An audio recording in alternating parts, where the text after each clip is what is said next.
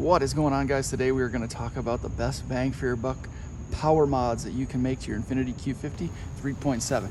These details go for the G37 and 370Z as well.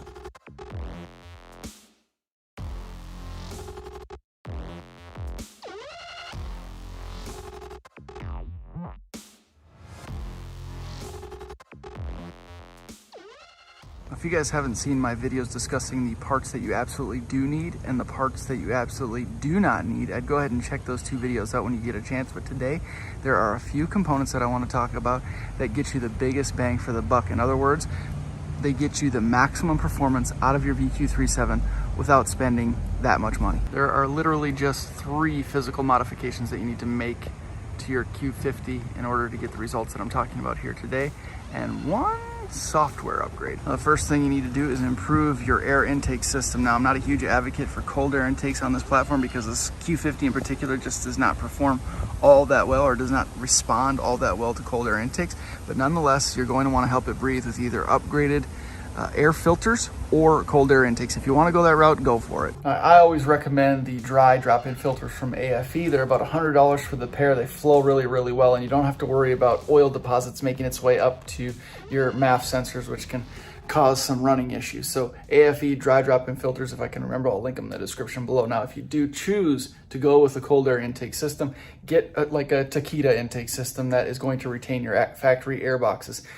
Insulating your intake air from the engine bay heat is essential, and that's why these factory airboxes work so well. I tested this out recently at Soho Motorsports. Check out that video, which I'll also link in the description. The G and the Z airboxes, factory airboxes, work pretty well also, but they seem, for whatever reason, to respond a little bit better than the Q50 to cold air intake. So if you do choose to go this route, again, make sure you get a cold air intake system that isolates the intake air from the engine bay air. So either retain the factory air boxes if possible, or get yourself the long tube intakes, which get the filters out of that engine bay and ensure that that cool air is brought into your engine. Now, the real bottleneck is the catalytic converters, and that is the case with every vehicle. Catalytic converters prevent this car from exhaling like it needs to in order to make good power. I'm not advocating for breaking any rules or breaking any laws, but the reality is that going test pipes on the VQ37 is really the biggest upgrade that you can possibly make. Of course, not legal on the street. Of course, if you're bringing in more air and you're eliminating the catalytic converters, you got to keep pushing that exhaust out the tail end of the car, and the factory diameter of the exhaust system is pretty small. So I'm going to recommend a completely new catbag system, whether that's something aftermarket like Motordyne, for example, which is super popular, or of course the Speed Culture Studios custom catbag system.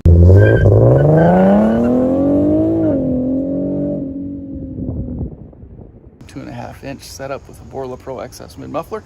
Car is really going to breathe and really going to help you make a lot of power. Okay, let's get real. I'm not talking about a lot of power, but it's going to help you maximize the potential of your 3.7 liter V6. And finally, to tie everything together, you're going to want a tune. Ecutech software is the best bet for the VQ37. You can do this through a remote tune with a company like Badman Tuning, for example, but your best bang for your buck, or the best option, is to get the car on a dyno at a reputable tuner like Soho Motorsports. That dyno tune is going to ensure that all of your new components are working together in synergy. That will ensure a harmonious relationship between air intake and air exhaust. They're able to finely tune your air-fuel ratios as well as your timing, therefore allowing your car to work at its most optimum potential. These 4 simple modifications can be made for less than $2,500, and they're going to get you anywhere from 330 to 340 plus horsepower with about 275 to 280 foot-pounds of torque. It's not too shabby. I've talked about this many, many times before on the channel, but anything beyond that, any components beyond that, start to get quite expensive